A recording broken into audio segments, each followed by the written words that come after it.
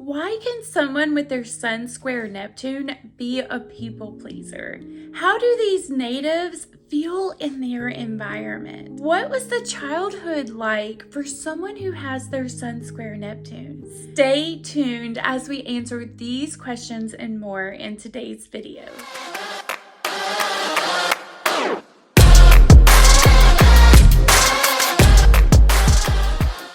So what is it like to have your Sun squaring your Neptune in your birth chart? Well, let's take a look at the energies that we have at play here. The Sun represents your ego, our vitality. It is our identity and how we express ourselves. It represents our individuality, what makes us different than everyone else. It's the most conscious part of our chart. And then you look at Neptune, who is the exact opposite of these traits. Neptune is mysterious. It deals with things like mysticism and dreams. It can deal with illusions and the unconscious part of our psyche. Neptune can romanticize things and be in the flow, so it can just lack a set of boundaries. And when these two energies meet in a square, it can be very, very interesting how it plays out. The Sun's energy in your chart wants you to be an individual and wants you to have your own identity and your own beliefs and to go out into the world and not suppress who we are and to live this unrestricted life being who we authentically are. And Neptune in your chart is like, no, we don't want to go out in the world. It's unsafe. I'm safe in my dreams and in my daydreams and in my illusions where I can control what my reality looks like. And thus the inner conflict begins. So why is it that sometimes these natives feel safer in their imaginations rather than in reality? Well, let's unpack their childhood. As a child, these natives were not able to develop a healthy ego.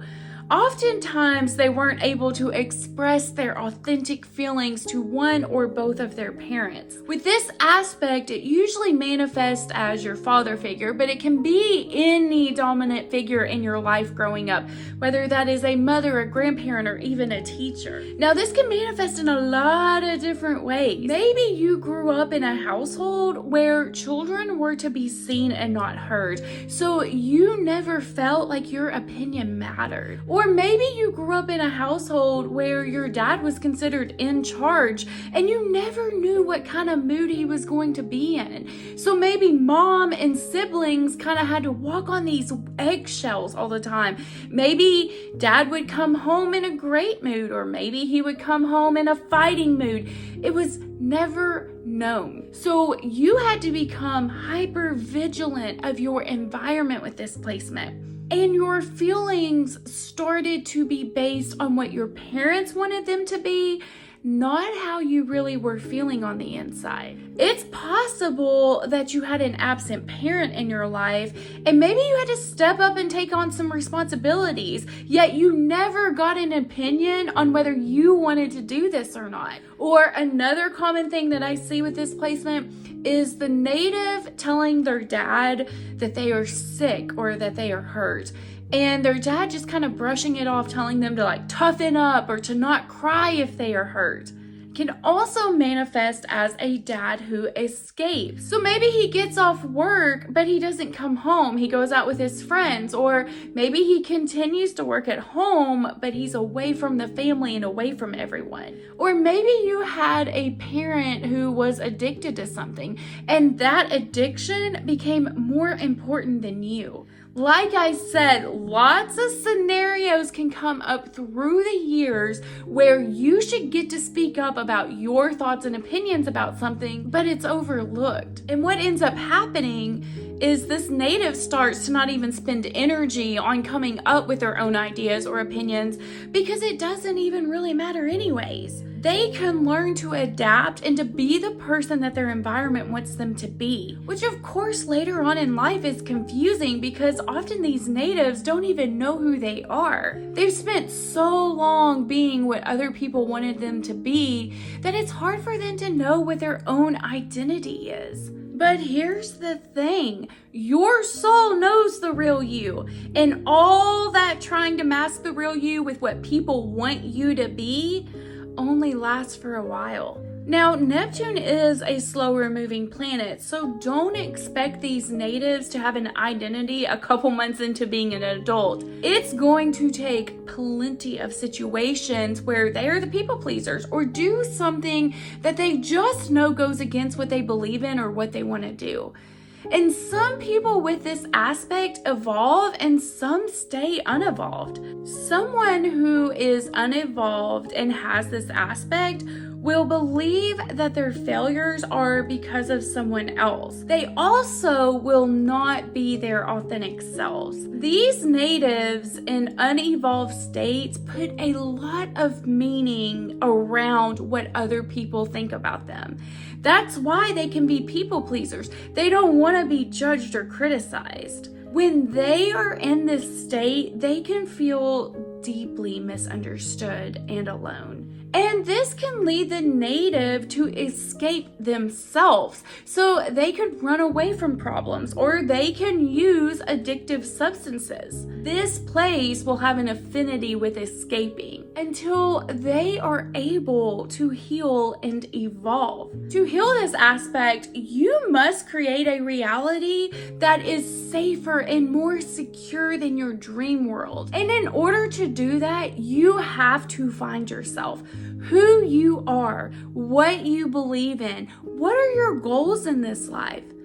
You have to find your authentic self and then surround yourself with like-minded people who support your authentic self and don't judge or criticize you. And surround yourself by others who allow you to express yourself freely without consequences. Once you evolve, you are able to bridge the unconscious to the conscious. These natives have the amazing potential to be fantastic at art or music just because they can have these great imaginations. And if they can create something through that imagination, then it allows them to channel this energy. These natives have the potential to find their authentic self in this lifetime. And they have the ability to help others sort through their own illusions after they heal this aspect. But this aspect is not the easiest aspect to heal. It will take work.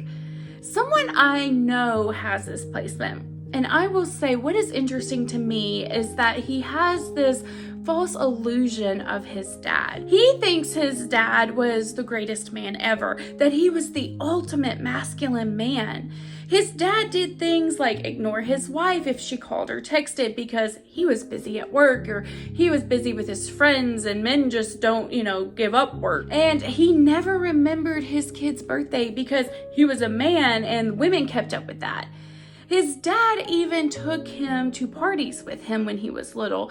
And, he told his wife to lighten up, that he was just having a little fun. So to the person that has this aspect, his dad was fun and also in charge. It's almost like a blind spot. It's almost like he had a blind spot. I remember he got thrown by a horse one time and his dad just laughed and was like, "Why did you let go for?" So to me, from my point of view, I thought that his dad never protected him or cared about how he felt about something. But to him, his dad was tough and that's how he wanted to be. But on the inside, this native wasn't tough, so he felt conflicted. It's almost like he could never live up to this illusion that he had in his mind of his father. This aspect requires you to be radically honest with yourself.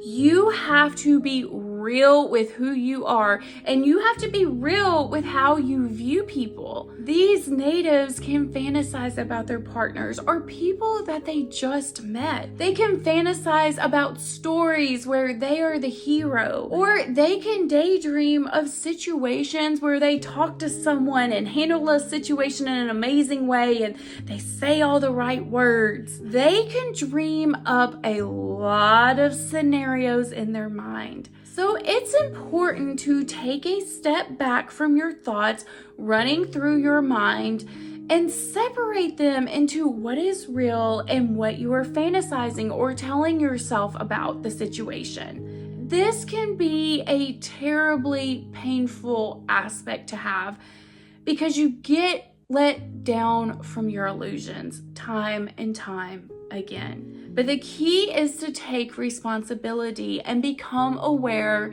that you can distort reality sometimes. Once you are aware that you do this, you can change. But if you play victim and try to blame others, then nothing can change and you will be stuck in this cycle of disappointment. Also, if you have this placement and you are dating someone, be careful to always communicate your needs. There can be times where you think in your mind that you know what your partner needs, but you may find out that it's not the reality of what your partner is communicating. So if your partner communicates something, make sure to listen and to bring that desire into reality versus what you think that they need. There can sometimes be great confusion in relationships because it's so hard to stay in reality and the cold, hard facts of the relationship.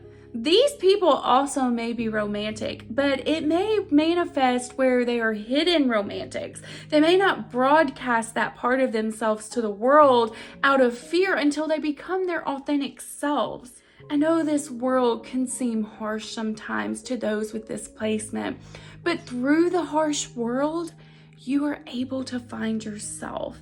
And that is the beautiful thing about this aspect. So my little buttercups, I put out astrology videos every week, and this week we are going into the aspects of a natal chart.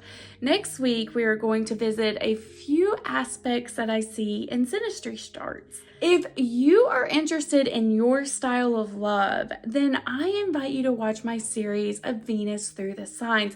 They are full of information on your Venus sign. Thank you for joining me today as we unpack what it's like to have your Sun square your Neptune in your natal chart. I look forward to seeing you in my next video. Mwah!